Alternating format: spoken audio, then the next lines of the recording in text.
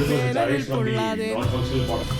പെയ്തു നീ ചെയ്യാതെ ഞാൻ കമ്പിളി പോലെ നിന്നെ പുണരോ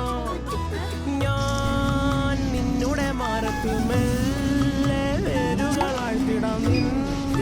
ഹരിത പരവതാനിയാവാം കാലം കൂട്ടുനിന്നില്ലെങ്കിലും